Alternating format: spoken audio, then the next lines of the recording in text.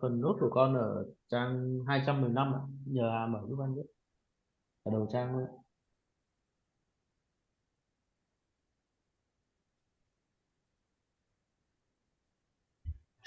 Anh đọc lại giới hạn câu giúp em chứ. Cái câu là bất cứ điều gì chúng ta dạy cho trẻ. Câu đầu tiên ở trong đoạn luôn đấy.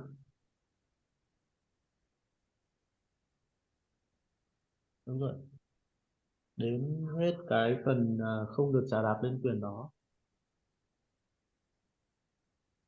Rồi.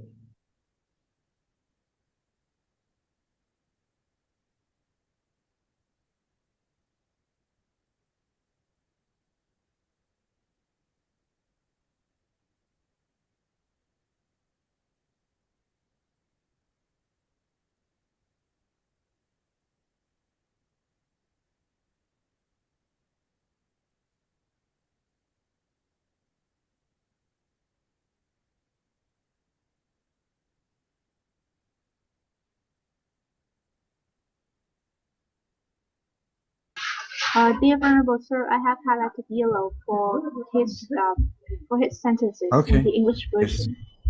You can say we are ready. That's enough. Very good. So you can start reading, please. Em đọc đó. Dạ. Bất cứ điều gì chúng ta dạy cho trẻ, chúng ta cũng phải thực hiện tốt để làm gương. Nếu chỉ dạy mà không thực hiện là chưa đủ. Bạn phải lưu ý điều này. Ví dụ, bất cứ thứ gì bạn cho con, bạn đều phải coi đó là tài sản của con và bạn phải tôn trọng quyền sở hữu của con. Không được chà đạp lên quyền đó. Con nhìn hết ạ. Yes, that's interesting. I personally worry that there are some times, however, when you need to exercise your power as a parent. For example, if they have drugs, or if they have alcohol, or if they have some other things that are not good for them, you definitely need to consider the fact that they should not have it. Okay? As a monk, I'm not allowed to tell you what you should take, what you should not take it, but I can tell you what is suitable, what is not suitable. And it's definitely not suitable for the children to have any of the wrong substances or weapons or other things like that. And and the parents who take them are from their children are actually helping their children very much. You mean taking away those stuff from the children? Sure, yes, please. Vâng, nhưng mà tôi cũng phải lưu ý rằng chúng ta đôi khi cũng phải vận dụng cái quyền làm cha làm mẹ. Chẳng hạn như khi con cái mà tàng trữ các cái chất gây nghiện hay là rượu bia thì chúng ta phải có cái sự suy tư rằng là đây là những cái thứ không tốt để mà sở hữu. Và tôi là nhà sư thì tôi không thể nói với quý vị là phải lấy đi cái nọ hay là lấy đi cái kia, tịch thu cái nọ cái kia. Thế nhưng mà chúng ta phải biết rằng là đây là những cái chất mà không tốt để tàng trữ, và cha mẹ thì có quyền để mà tịch thu lấy chúng nó đi khỏi con cái mình. Okay, thank you. Let's continue to Mitien. Mitien is no more using her background, right? So now I can see her hand. Mỹ Tiên ạ, nay chị không dùng cái hình nền, thế là sư nhìn thấy rõ được cái tay chị giơ. Venerable Sir, dạ nhờ ban tổ chức mở ở trang ở trang 104, ở trên trang PDF là trang 207 ạ.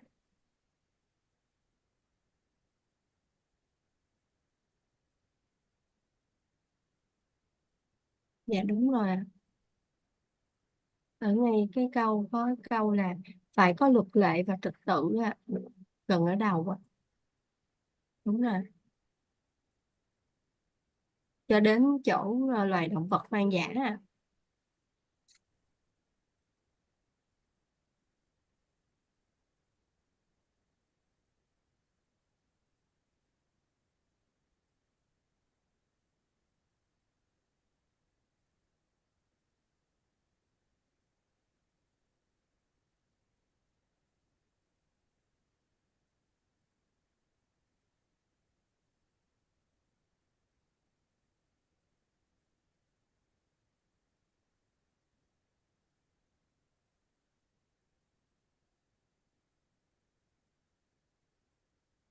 Dear Bante, we are ready.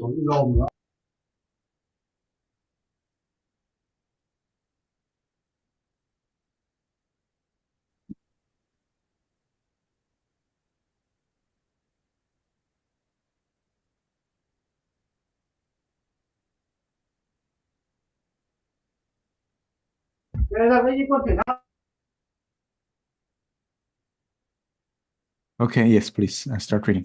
Dạ. Dạ con xin phép đọc ạ. Phải có luật lệ và trật tự, cũng như lề thói và truyền thống nhất định. Cần nhớ cuộc sống không có kỷ luật sẽ giống như cuộc sống của loài động vật hoang dã. Thank you, Bante. Con cảm And ơn in Bante. fact, there are actually animals who follow rules. Okay, there are rules who are clean. There are animals who are clean. There are animals who follow various customs that they have learned from their parents or that are embedded in their genetic code. Okay, so it's very important for us humans as well to follow rules because they help us survive, and ideally they also help us achieve happiness, long life, and health.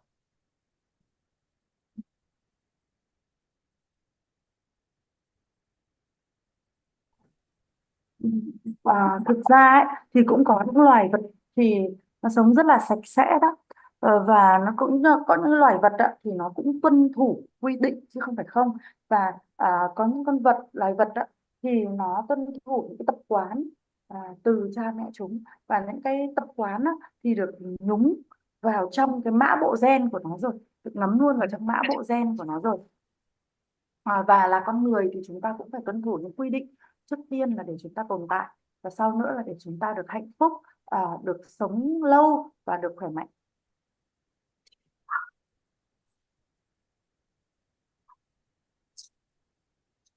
Okay, very well. Let's continue with Mr. Glendale. Mấy cửa. Dạ, thưa câu của con nó nằm ở trang 214. Bắt đầu từ Đức Phật dạy rằng cho đến gặp nhiều điều tốt đẹp.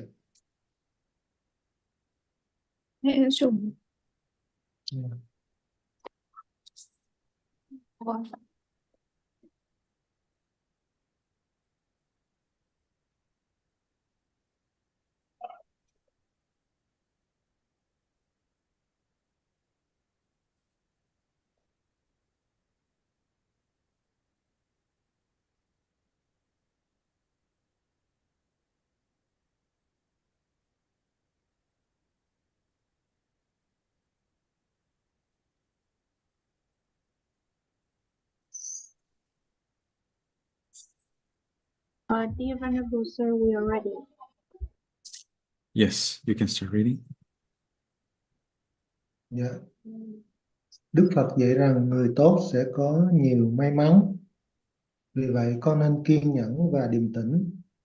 Đừng có nóng nảy. Người nóng giận tự thiêu đốt bản thân và chẳng đạt được điều gì. Người điềm đạm luôn thành công.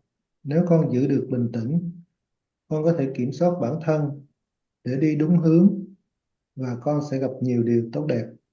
Dạ, con xin hết ạ.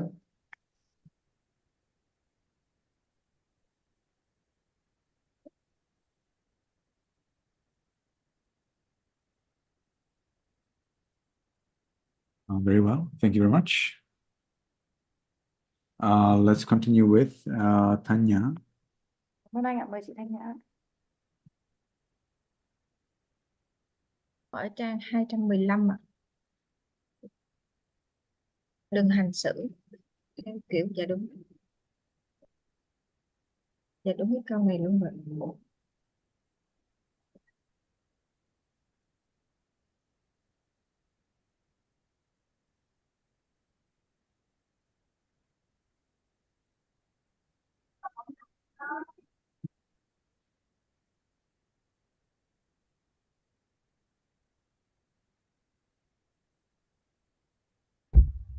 Dear Bante, we are ready.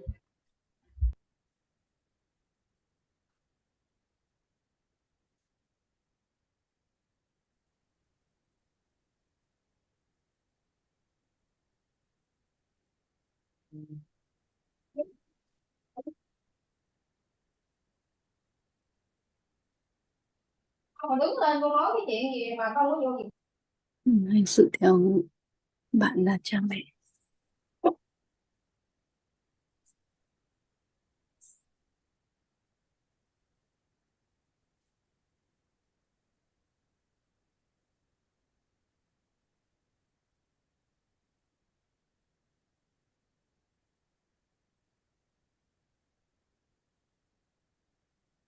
Yes, you're ready. Please start reading.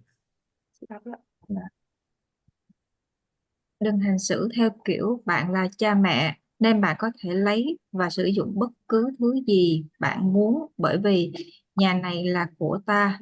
Làm dụng quyền như vậy sẽ khiến trẻ lẫn lộn ý nghĩa của các từ của ta và của họ.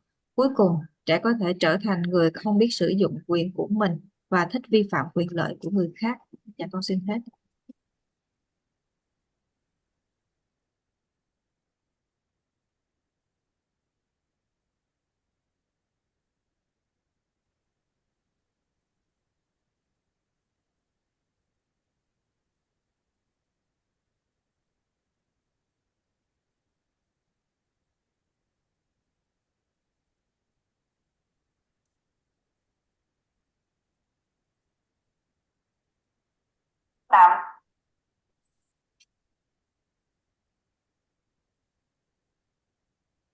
Yes, let's continue with Mai Loan.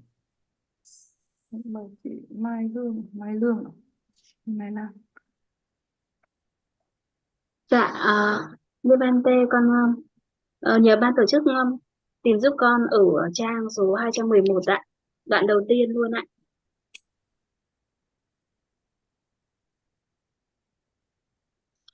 Dạ, từ chỗ các bạn nên cố gắng đấy ạ.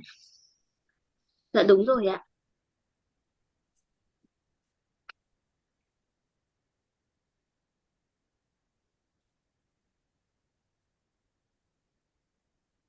Dạ, đến chỗ được sinh ra.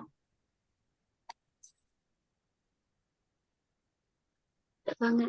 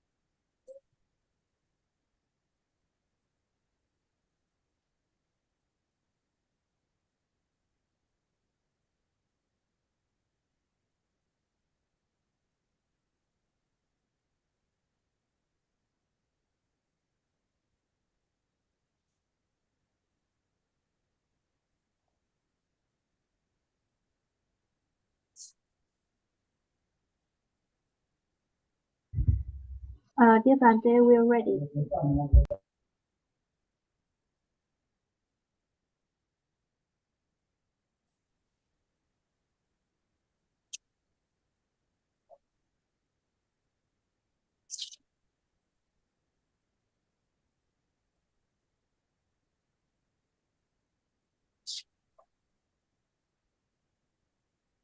Okay, so yes, please, you can start reading.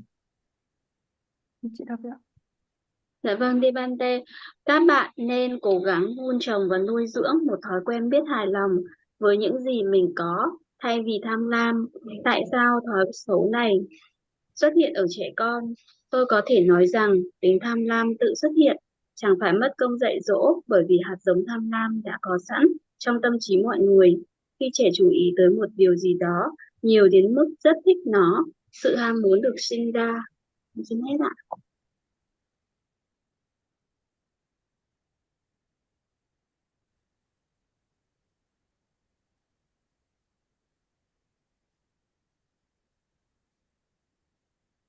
Mhm.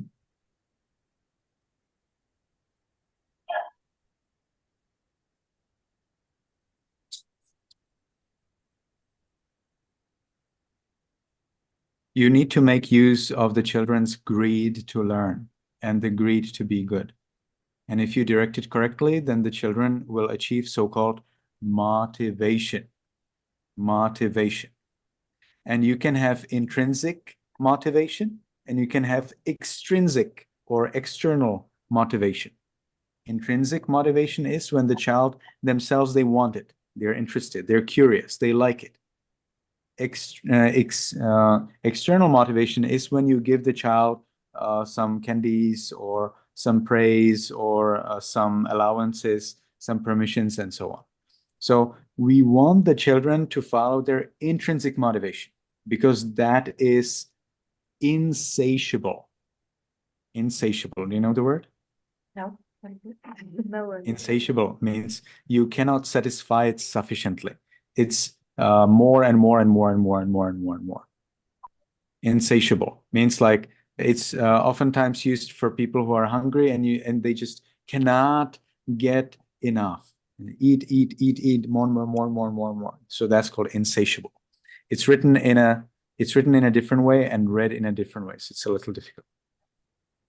Like this. Insatiable.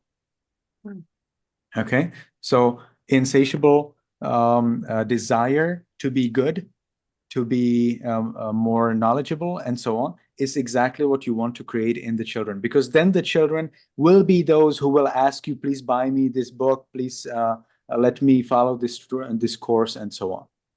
When I was about 10 years old, I got the opportunity to follow a Christian, it's a kind of like special extra, like it's not really a school, but it's a special kind of institution where children can go and follow extracurricular courses.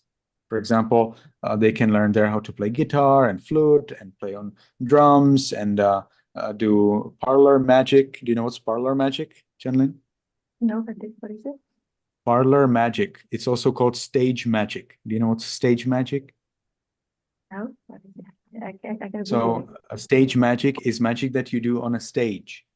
So it's everybody knows that it's a trick, but the people like to see how you do the tricks and how they have no idea how you did it, but you did it in a very simple way, but they cannot see it because that's why it is called stage magic. So it's not supernatural or special or spiritual. No, not at all. It's just that you do things that look very interesting, very nice.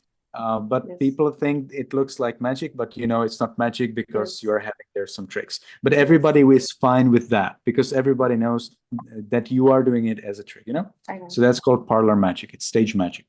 Yeah, like turning. Some people can, some people can recognize how you do it. Some people cannot recognize how you do it, and so on. And for some people, they like to watch it because they wonder if they can actually recognize how you do it. Then they do not recognize how you do it, so then they think about it, you know, and they like that. So there was a course like that, and there was a course in Spanish, I think in Italian, and I'm not sure about German, and what else? There were several courses, and each year, several times, there was also organized holidays that the students and the instructors, the adults, they went outside and they were doing some more activities. It was not required that you're a Christian, and there was no real Christian like prayer or something like this included. But of course, anyone could follow any prayer or faith they wanted. So when I was about 10 years, I think about 10 years old, I found out about the center. My dad actually took me there, and I got the opportunity to follow about 1 or 2 courses. I don't remember what were the courses I started with, but I like this idea that I can actually learn so many things. So then I applied for about 10 courses there. I think something about 10 courses at the same time.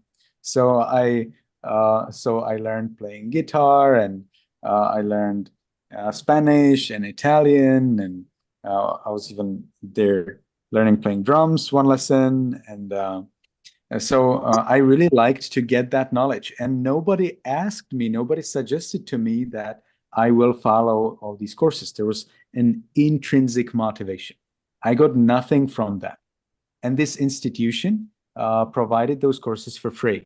So it was very easy for me, as a child, to just say, I want to follow these courses. And they just registered me. I didn't even have to tell my dad. Okay. They just registered me because it was for free and I wanted to follow them, and we were good. In fact, in our Buddhist courses also, parents do not have to register their children. If the children are able to fill the application form, it's enough for us. So my point here is that if you can manage to generate motivation in your children to the level where they want themselves, well, then you don't have to pay them for that. You don't have to reward them for that.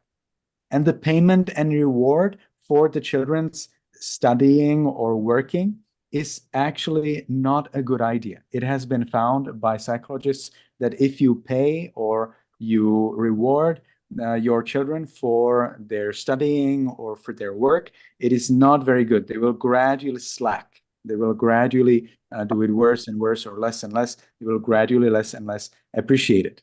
Okay? There are, of course, other cases and other activities where it's powerful to reward the children. But when it comes to education, when it comes to helping at home, it's very good if you can create the kind of setting where the children really enjoy it. Something like you have maybe heard of from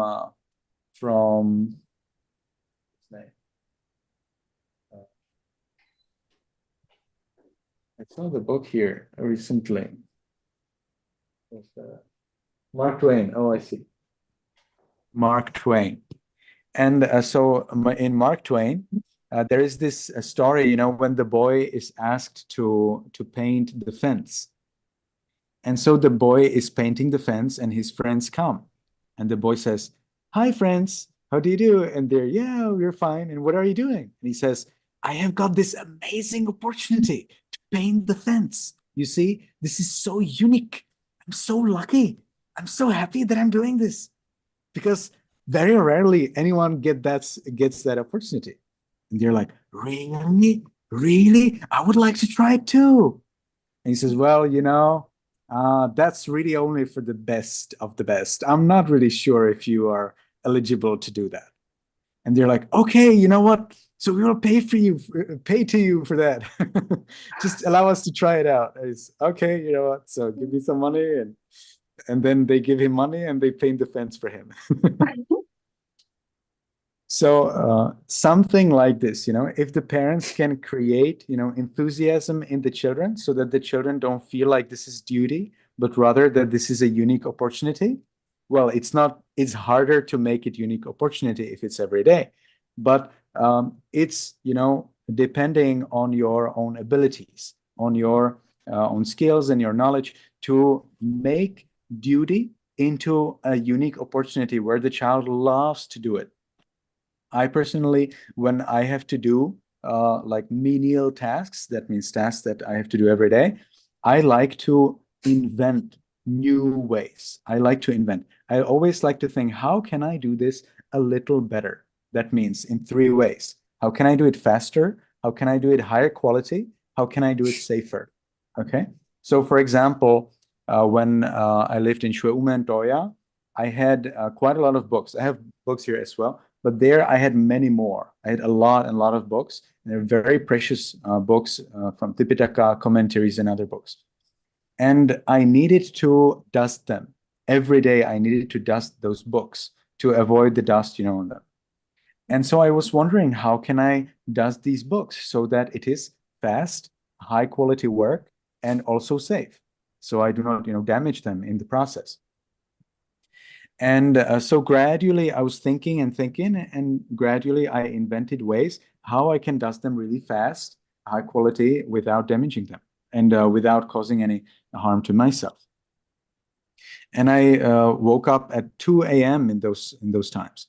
I would wake up at 2 a.m. I would do meditation 1 hour, and then I would do dusting the books, took maybe 10 minutes, 20 minutes, cleaned up the floor every 14 days. I also removed the dust, and I found out that if I remove the dust in my room, it's not enough. I need to remove it also in the joint bathroom. We had a large bathroom in the monastery for all of the monks in that one big building. We had more buildings, but the building where I was, there were quite a few rooms, and we had a joint bathroom. And I noticed that in the bathroom, in the large hall, you know, with a big water tank, there were many cobwebs. Do you know what's a cobweb?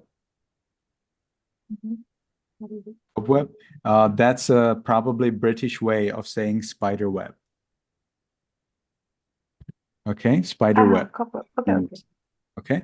But in Sri Lanka, they don't call them spider web, they call them cobweb. I think it's because it's the British way of saying it.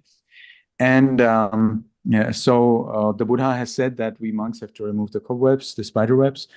And then I was trying to find ways how to remove these cobwebs, you know, that are very far distant and very hard to reach. So again, there was this intrinsic motivation. There was a motivation inside me that led me to find ways how to do this better, how to do this faster, how to do this safely. Because sometimes, you know, to reach those cobwebs, it's not very safe. So I needed to find ways and, of course, be very careful and so on. There were times when it was quite dangerous, I admit, but fortunately nothing happened. No problem ever happened. Then this is something that, again, psychologists recommend. Try to avoid external motivation as much as possible and try to increase intrinsic motivation so that the children continue doing these duties, tasks, and their search for knowledge by themselves without any need to be rewarded or to be praised.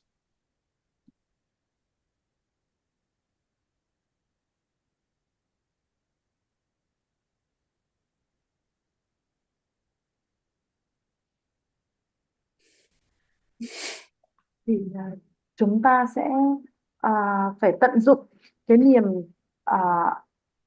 cái sự ham học và cái sự ham muốn trở thành người tốt của con trẻ. Thì trẻ con nó có cái ham muốn để học hỏi và ham muốn để trở thành người tốt. Chúng ta có thể tạo được ra động lực cho con. Thì động lực có hai loại động lực, đó là động lực đến từ bên trong và động lực đến từ bên ngoài. Động lực đến từ bên trong có nghĩa là khi tự con muốn như vậy, và động lực đến từ bên ngoài chẳng hạn như khi cha mẹ thưởng kẹo hay là cho tiền tiêu vặt hay là cho phép làm một cái điều gì mà các bạn ấy thích. Thì nếu như mà dựa vào những cái động lực bên ngoài thì nó không bao giờ là đủ cả. Giống như là khi mà một người đang đói và anh ta muốn ăn thì ăn bao nhiêu cũng vẫn sẽ không thấy đủ. Thế nhưng nếu chúng ta có thể tạo được động lực từ bên trong thì sẽ là một điều rất tuyệt vời. Khi mà tôi 10 tuổi thì có một cái tổ chức của đạo Thiên Chúa ấy, thì họ có những cái khóa học ngoại khóa rất là thú vị, như là khóa học chơi trống, chơi đàn guitar, khóa học làm ảo thuật, tiếng Tây Ban Nha, tiếng Ý vân vân. Và họ còn tổ chức những cái kỳ nghỉ ngắn nữa, và không cần phải là theo đạo Thiên Chúa thì mới được tham gia. Mỗi năm thì tôi cũng tham gia 1 đến 2 khóa, và tổng là tôi đã tham gia đến 10 khóa, và tôi đã học được rất là nhiều thứ. Ví dụ như là tôi học chơi đàn guitar, chơi trống, học tiếng Tây Ban Nha, tiếng Ý, và cái này là không ai bắt tôi học cả, nhưng mà nó là đến từ cái động lực từ bên trong muốn học của tôi. Và cái khóa học này thì nó miễn phí, cho nên là khi mà muốn tham gia thậm chí tôi cũng không cần phải nói với bố tôi tự đăng ký rồi học thôi. Bản thân những cái khóa học về Phật pháp của chúng ta thì cũng nếu như các con đủ lớn để mà tự biết điền cái form đăng ký khóa học thì cũng không cần phải nhờ sự trợ giúp của cha mẹ. Các bạn ấy hoàn toàn có thể tự đăng ký học.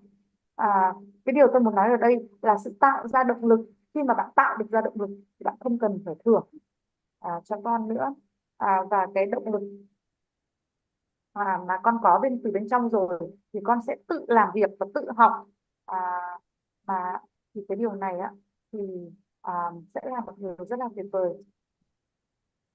Còn khi mà bạn phải thưởng tiền hay là thưởng một cái gì đấy cho con để con làm việc, con học, thì theo như nghiên cứu đây không phải là một ý tưởng tốt, thậm chí nó còn khiến cho các con bạn càng lười đi và càng tồi tệ hơn, cái tình hình nó càng tồi tệ hơn đối với cả việc học lẫn cái việc làm việc nhà.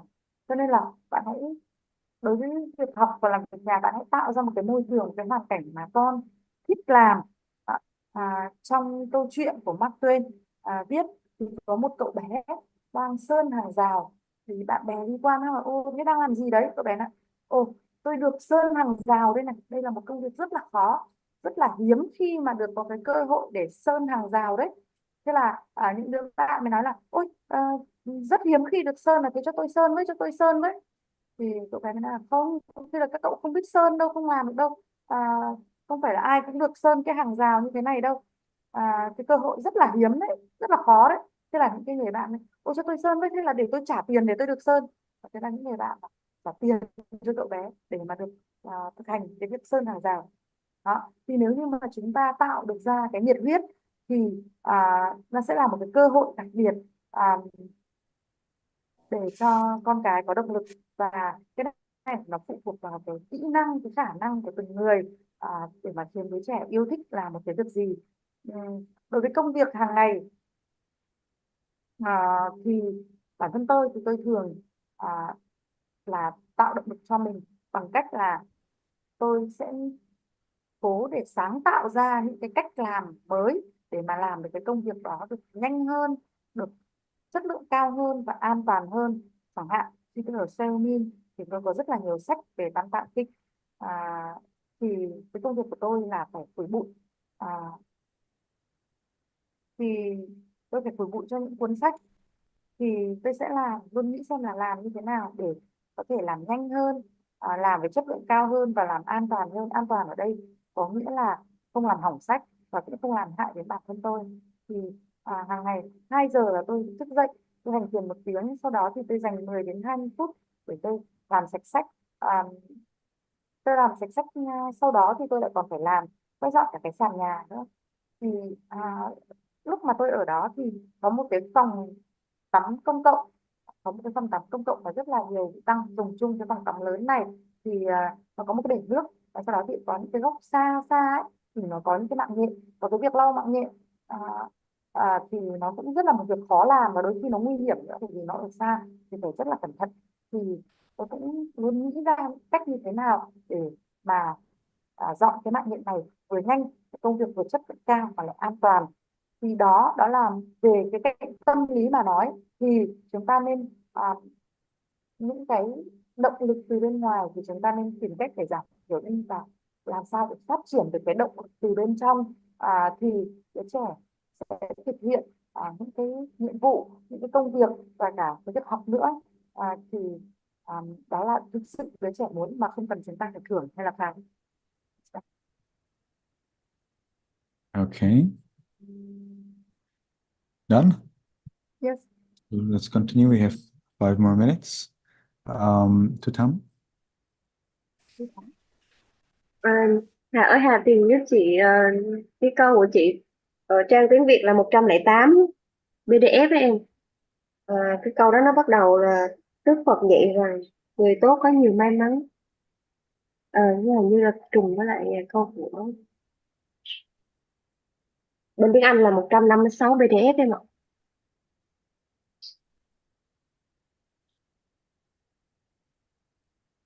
Yes, Bante.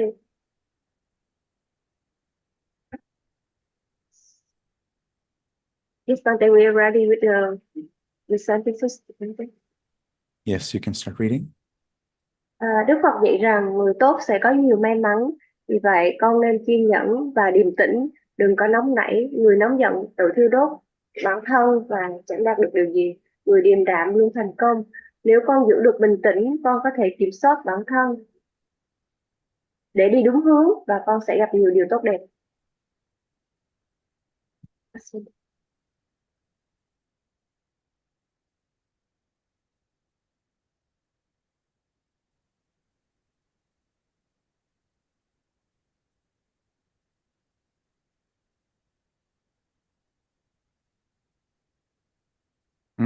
That's the same thing that we read a little while ago, right? Then Thanh Bình.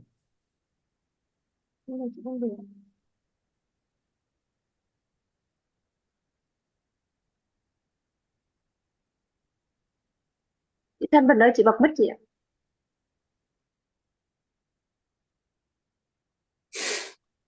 Vâng, dạ trang của con là trang 212 ạ. Cuối đoạn thứ nhất, các bậc cha mẹ ạ, đến thiếu phán xét ạ.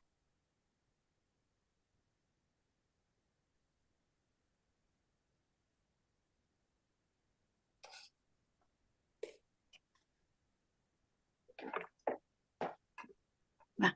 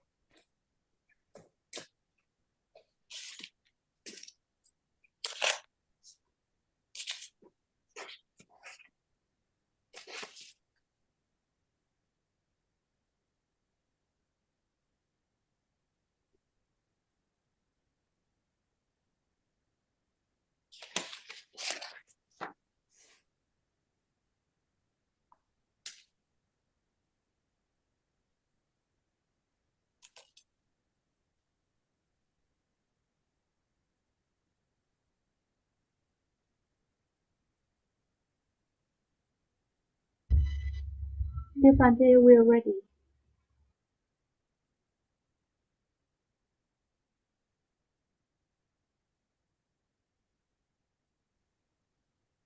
Yes, you can start reading. Vâng, con xin đọc ạ. Các bậc cha mẹ phải rất cẩn thận và đừng làm bất kỳ điều gì khuyến khích con làm mất phẩm giá của mình. Cách sửa tật xấu này là không được cảm thông với con mà thiếu phán xét. Con xin hết ạ.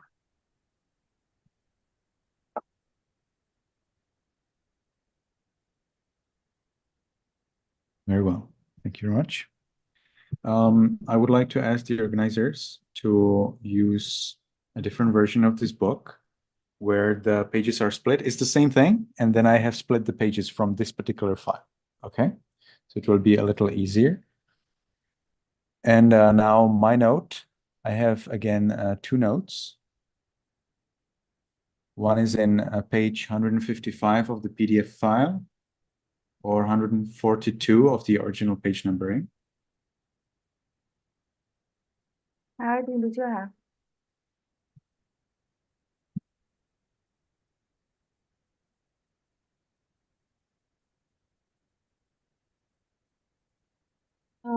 Devante, is it the correct page?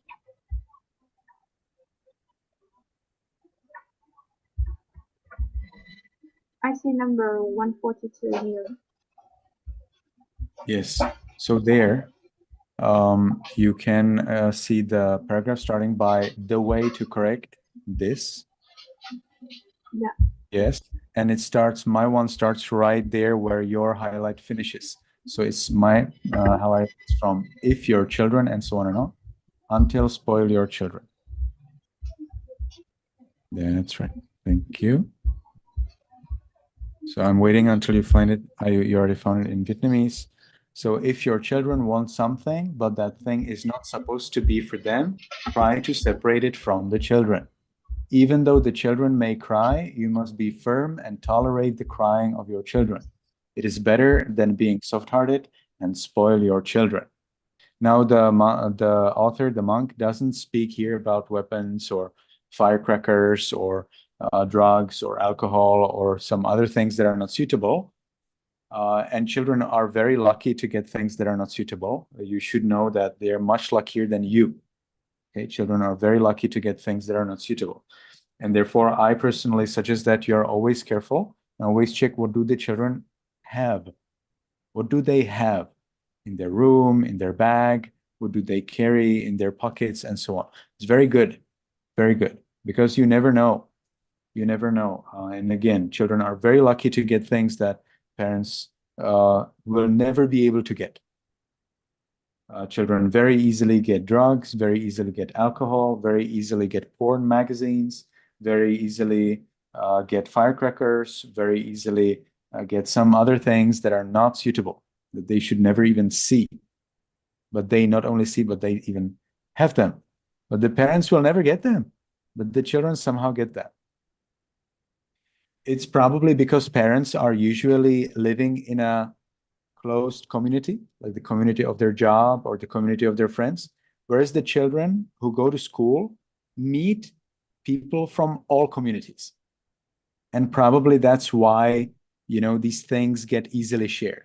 Things that are good things that are shared do not get shared that easily, because that's boring. It's more exciting to share things that are not good.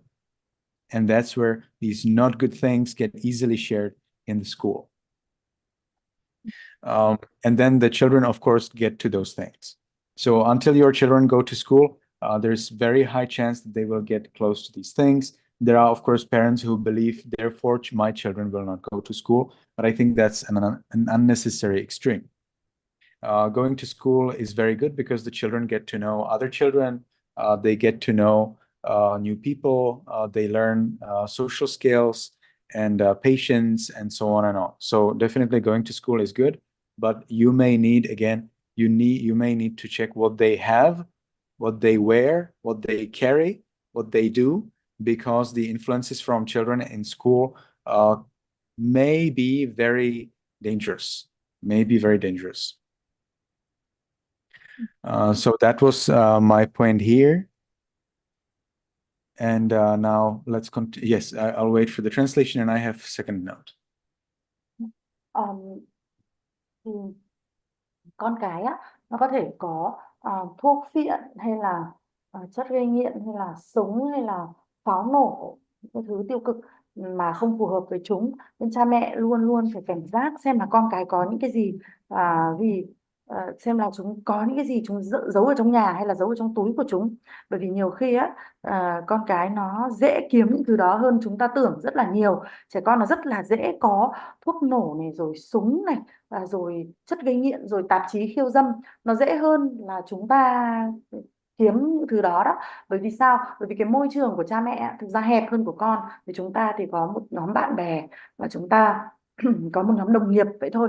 Thế còn trẻ con thì khi chúng nó đến trường thì chúng gặp bạn bè là những đứa trẻ đến từ nhiều cái nền văn hóa khác nhau. Thế cho nên là những cái thứ mà vừa nói ở trên á rất là dễ được lan truyền trong trường học.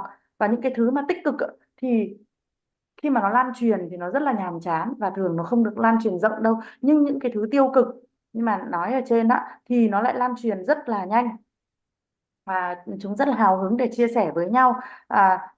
Thế tuy nhiên thì có một số bậc cha mẹ lại đi sang một thái cực khác là trường học nguy hiểm như vậy thì không muốn cho con đến trường để tiếp cận những thứ như vậy, thì không cho con đi học. Đây là một cái thái cực, bởi vì trẻ con đến trường rất là lợi lạc, chúng được gặp bạn bè thì chúng phát triển những cái kỹ năng xã hội, rồi rèn được tính kiên nhẫn.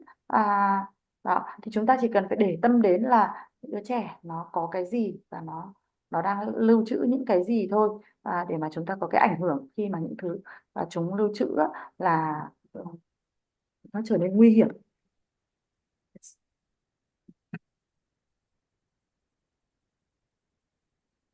Okay, my next note is in page 144 of the original page.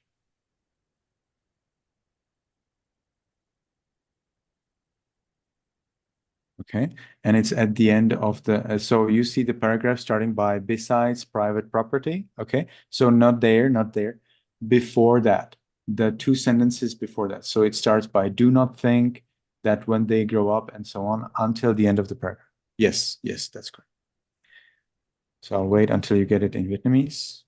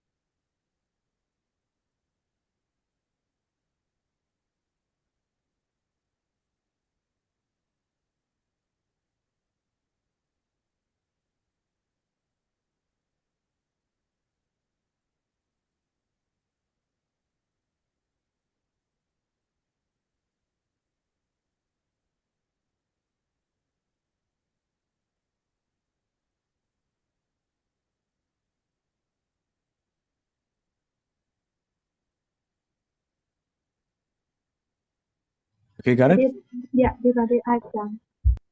But I think it's covered by your search box. Okay.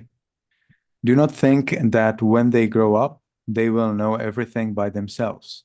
To allow the children to learn things by themselves are always harmful to them.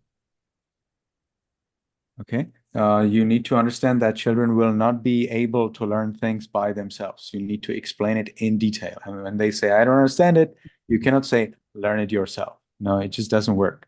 I remember this is what my dad did to me. And I always was like left shocked. I'm like, so how can I know it? You say, I have to learn it yourself. And I'm like, and then he goes away, you know, because he tries to like explain it to me. I don't understand. And I say, and how should I do this? How should I? And he's like, learn it yourself. And then he goes away. So I cannot do anything, you know, because I don't know how to do this. And I also cannot learn it myself because I need a teacher for that. For example, how to fold clothes. That means that you need to be with the children. You need to be available and provide that assistance so that the children learn every single detail. You don't want to allow the children to find out by themselves because it's possible that they will find it out wrong. They will be proud about it, which is natural, but then it will be difficult for them to learn it correctly. So you want to always teach them every single detail very carefully. And this is also what they will do then in the future to their students. So they will teach their students every single detail. Okay. In my case, it is the other way. Because my dad didn't explain to me those things in detail, I therefore explain all things in detail. Because I feel like I'm teaching that kid who I was. And I'm trying, you know, to do it now the right way.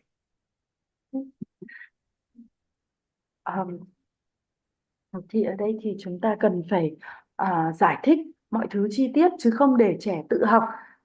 Ngày nhỏ thì cứ tôi hỏi gì thì bố tôi lại nói là tôi tự học cách làm, thì tôi rất là sốc vì làm sao mà con làm được, thì con cần một người thầy, chẳng hạn như là làm sao để mà tự gấp quần áo được đó, thì các bạn cần phải luôn có mặt ở đó để mà đưa cho con cái sự hỗ trợ, để con học được các cách làm một cách chi tiết, chứ đừng nghĩ là con tự học được, bởi vì khi trẻ tự học mà chẳng may nó học sai cách nhưng nó lại rất tự hào về cái cách đó, và sau đó thì khi mà chúng trở thành giáo viên á thì chúng cũng đi dạy lại theo cái cách như vậy thì rất là nguy hiểm.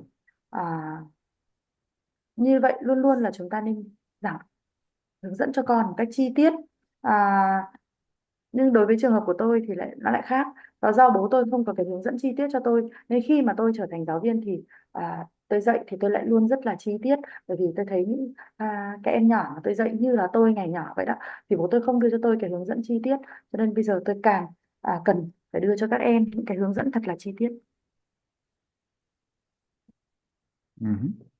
So I can see here a question about weapon-like toys. So there are two kinds of toys that are weapon-like. One that are truly for playing, and one that are dangerous. So for example, guns. So there are water guns, like water pistols, which are really just fun. You cannot really harm anyone by squirting water. So this kind of gun, I think, is no problem, and it's totally fine. But then there are guns which shoot tiny little, you know, plastic balls and things like that, which are actually dangerous. Okay, they could as well harm somebody's eye. And if I understand it correctly, these guns, although they are very famous in Myanmar and many kids play with that, even in monasteries, you know, they are, although they are legal here in the US, it is illegal to shoot with that gun to one person, and you will not be able to prevent the kid from shooting at one person. Regardless how you prohibit them, they will do it whenever they want, because there's no reason why not to do that. And they don't understand what's crime or what's consequences. They have no idea what's that. So I personally think that you could explain that what we do will happen to us as well. What we do to others will happen to us as well. Okay? If you don't mind being squirted water into your eyes, then it's no problem squirting it at the other person's eyes as well. But you probably will mind if somebody shoots a small plastic ball into your eye and then you do not see any more in your life on that eye. And that's why you should never do that to the other person as well. Okay? So this is what I would explain to those children. But I do not have that experience. Whenever I come to an environment where our kids, who are using these toys, I do not get the opportunity to talk to them. I just don't get the chance. So that's the way. So I see, okay, there are kids in the not here, long ago in Myanmar. And when I saw that there were kids like playing the guns, they were far away from me and I didn't get chance to speak with them. I could see, those small plastic balls here and there in the monastery. And I could see that the kids are running here and there. Maybe I didn't even see that they have the gun. So I didn't really get the opportunity. But it's true that that there are toys which can be pretty harmful. So the parents need to be careful about that and should not provide kids with the danger of harming themselves. Okay, so that's what I would say. The parents allow the children to play such toys. Could you tell us how to explain to their parents? If you get the chance to explain it to the parents, for example, I never got that chance. But if you get the chance, then you can say that you can explain the reality. You can say, the truth is that some kids lose their sight. They lose their eyesight because of these weapons. That's what is happening. That's the reality. Did you know it? And the parents will say, I never knew that. And that's enough. That's more than enough. You don't need to tell them, therefore they should not have guns or whatever. No. If they already know it and they don't care, you will not be able to change it. If they don't know it and you help them to find out that there are kids who lose their eyesight because of these guns, well, then that's enough for them to realize that they don't want their kids to have that. Okay? It's the necessity of the facts for their own judgment. You always want to allow the parents to make their own judgment because they are, in the Buddhist understanding, the owners of their children. You are not the owner of their children. Okay? You only support them in the way how they own their children. Yeah. Buddhism is actually very strict when it comes to relationship between parents and children. Children must follow every single word of the parents, and the parents can do anything and everything they want with their children. That's the Buddhist attitude. So you need to understand it as somebody from outside. That means not the parent. You need to understand that you cannot really change their view. You cannot really force them or do anything. But you can provide them with the necessary information, and they will have to make the decision themselves. Thank you very much. Thank you. Yes, you want to leave now? I can finish. Yeah, I can leave and you can translate. May you be everybody happy, may you be healthy, and may you be successful in everything you do. Sadhu, sadhu, sadhu. Thank you very much. Sư phải đi trước ạ, nên con sẽ tiếp tục phần dịch này ạ. Thì câu hỏi của bạn Hà là nếu như mà cha mẹ bản thân cái cha mẹ đó ấy, mà cho phép con cái họ chơi những cái đồ chơi như vậy thì chúng ta sẽ nên giải thích với những vị cha mẹ đó như thế nào? Thì sư nói là đồ chơi á, cái đồ chơi mà như là vũ khí ấy, thì nó có hai loại. Thứ nhất là những cái mà chỉ chơi thông thường thôi chứ không có nguy hiểm. Và thứ hai là loại nguy hiểm, chẳng hạn như súng thì có cái loại khẩu súng nước thì nó chỉ bắn nước cho vui thôi, không có làm hại ai, không thành vấn đề gì. Nhưng lại có những cái súng mà bắn ra những cái viên đạn nhựa ấy, thì thực sự là nguy hiểm. Thì ở Miến thì những cái loại súng này nó rất là phổ biến, ngay cả trong thiền viện thì những em nhỏ trong thiền viện cũng chơi. Nhưng mà bản thân á, cái việc mà giữ những cái khẩu súng mà bắn đạn nhựa này thì bản thân việc giữ khẩu súng đó lại là hợp pháp. Còn cái việc mà dùng khẩu súng đó bắn vào người khác ấy, thì mới là bất hợp pháp. Thế nhưng mà nếu mà nó có cấm bắn vào người khác thì các em nhỏ các em ấy vẫn làm thôi. Bởi vì là tôi nghĩ là mình có giải thích như vậy thì các em ấy cũng vẫn không hiểu được đâu, và các em ấy cũng vẫn sẽ lấy và bắn vào người khác thôi. Cho nên là cái mà mình sẽ giải thích ấy, là mình sẽ giải thích như thế này. Những cái mà những người khác mà làm với con mà ok thì con cũng được làm với những người khác. Ví dụ như khi mà người khác lấy súng nước bắn vào mắt con thì con cũng thấy không sao, ok, thì con cũng cứ lấy súng con bắn vào người khác là ok. Thế nhưng khi mà cái khẩu súng bắn đạn nhựa mà người khác bắn vào mắt con thì con có thể bị mù luôn, con không nhìn được cái gì nữa, thì con không thấy là ok, thì con không được làm như vậy với người khác. Nếu là tôi thì tôi sẽ giải thích như vậy. Thế nhưng khi mà tôi thấy những bạn nhỏ chơi với khẩu súng như vậy, và tôi thấy những cái viên đạn rơi trên nền nhà nhưng tôi lại không gặp được những em nhỏ đó để giải thích, thì là tôi đã không có cơ hội để giải thích cho những em nhỏ ấy như vậy. Đối với những cái đồ chơi mà nguy hiểm, có hại, chúng ta không nên cung cấp cho con trẻ vì là nó có tính nguy hiểm, và đứa trẻ nó có thể làm hại chính bản thân chúng.